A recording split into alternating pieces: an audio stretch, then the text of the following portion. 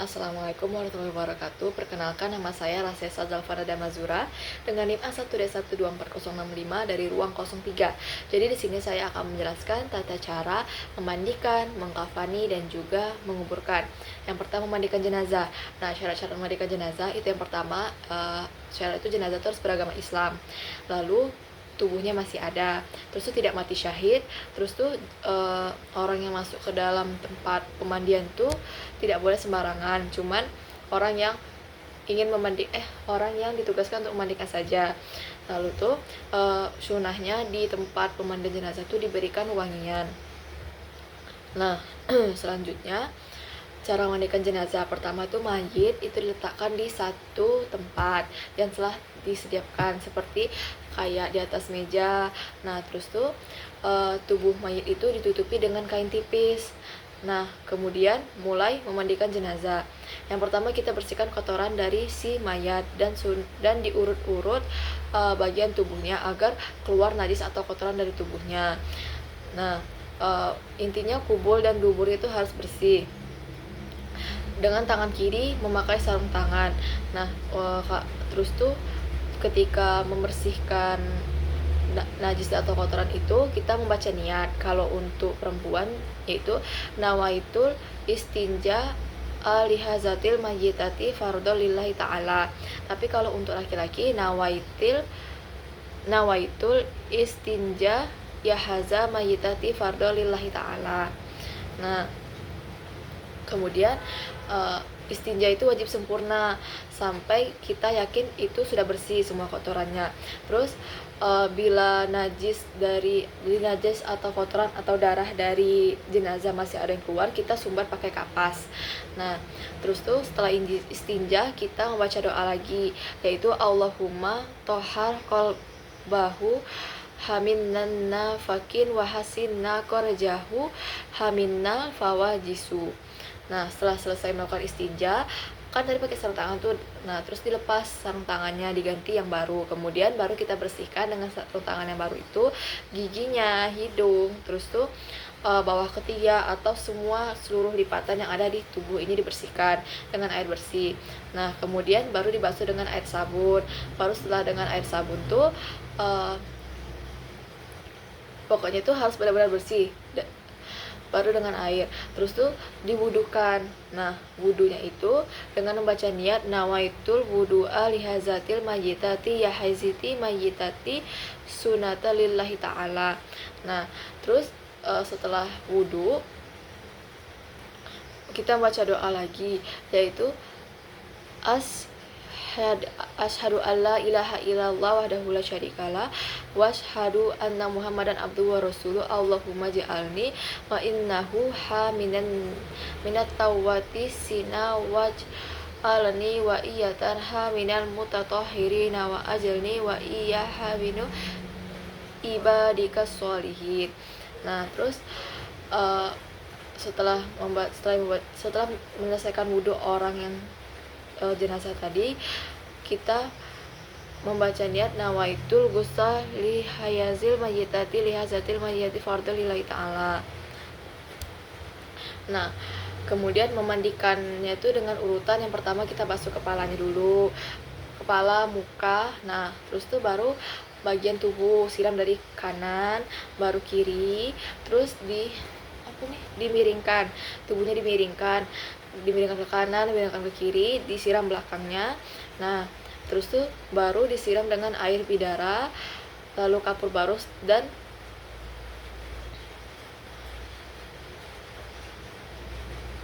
baru disiram dengan air lagi untuk menyucikannya.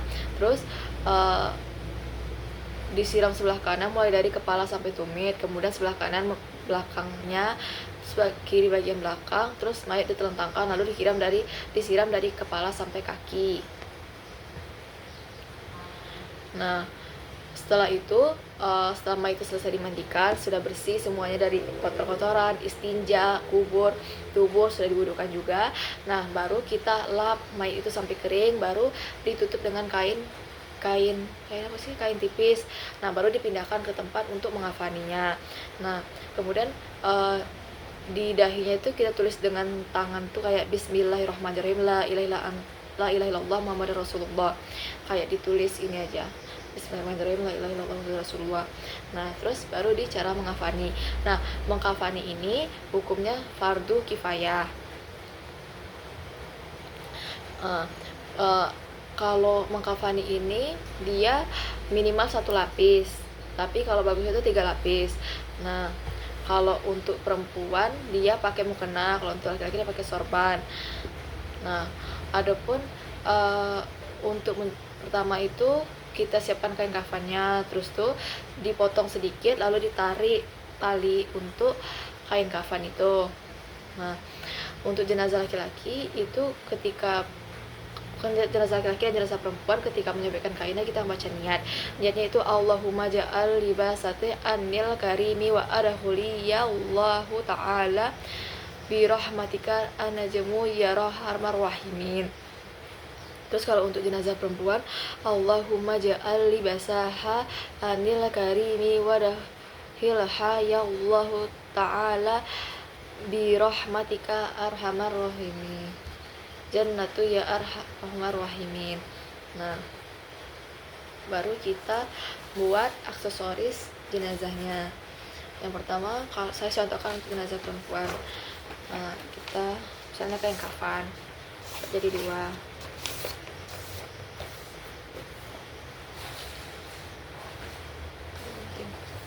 ini kain kafan kan, terus buat jadi 2, terus sekira-kiranya kalau di kertas itu sepanjang jari telunjuk.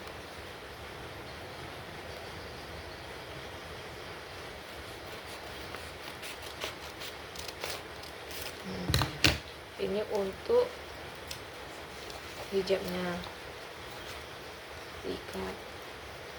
Kalau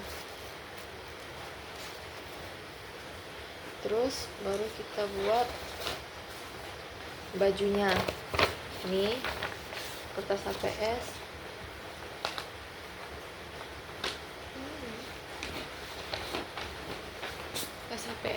terus kita lipat 2,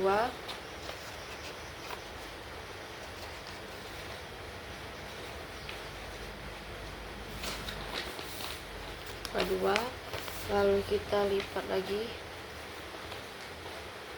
jadi 4 nih, terus baru kita lipat kayak membentuk pesawat segitiga nih, baru kita lipat lagi.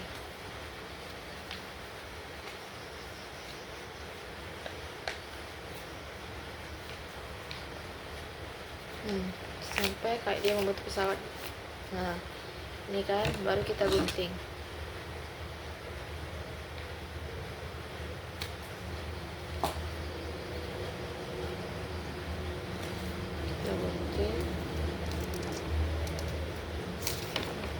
Nah ada bolongannya, terus kita panjangkan sedikit ke depan. Ini untuk bajunya ya.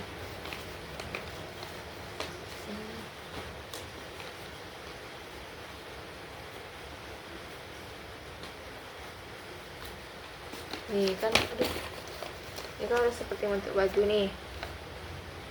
Nah itu kita lipat dulu ini, kita bentuk lengannya. Ini kita lipat lagi, terus kita gunting lagi. Ini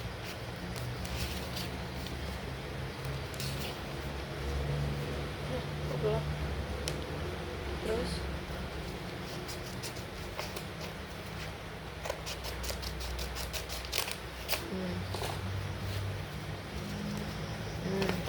jadi baju si mayatnya.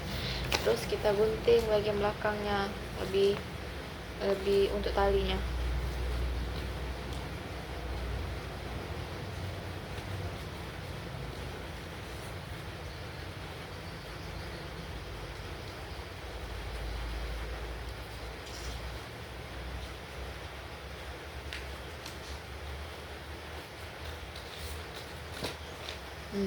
Nggak jadi deh bajunya, ini talinya 2. tinggal diikat. Ini untuk baju. Lalu kita buat pertahanan dalam negerinya atau pakaian dalam untuk si mayit. Kita ini lipat seperti ini, terus kita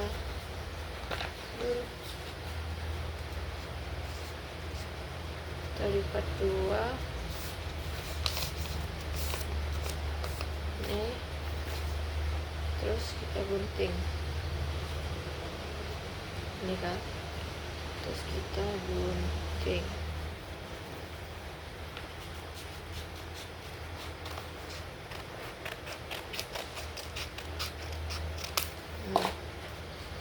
Gunting. Nah, nanti jadi seperti ini. Nah, pertahanan dalam negeri. Terus kita gunting lagi untuk buat talinya, tapi jangan sampai putus.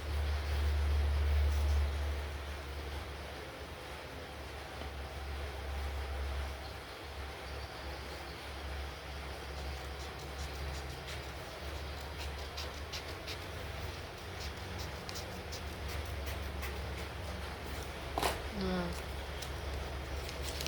nih kalau talinya nih sampingnya, tinggal nanti diikat itu ke sini ke depan.